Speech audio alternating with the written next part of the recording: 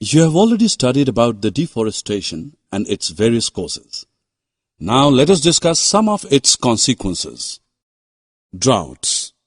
Plants need carbon dioxide for photosynthesis.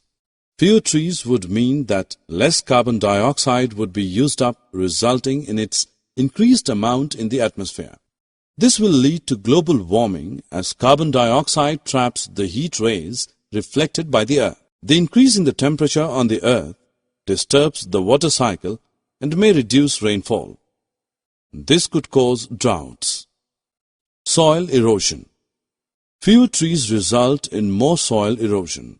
Removal of the top layers of the soil exposes the lower hard and rocky layers.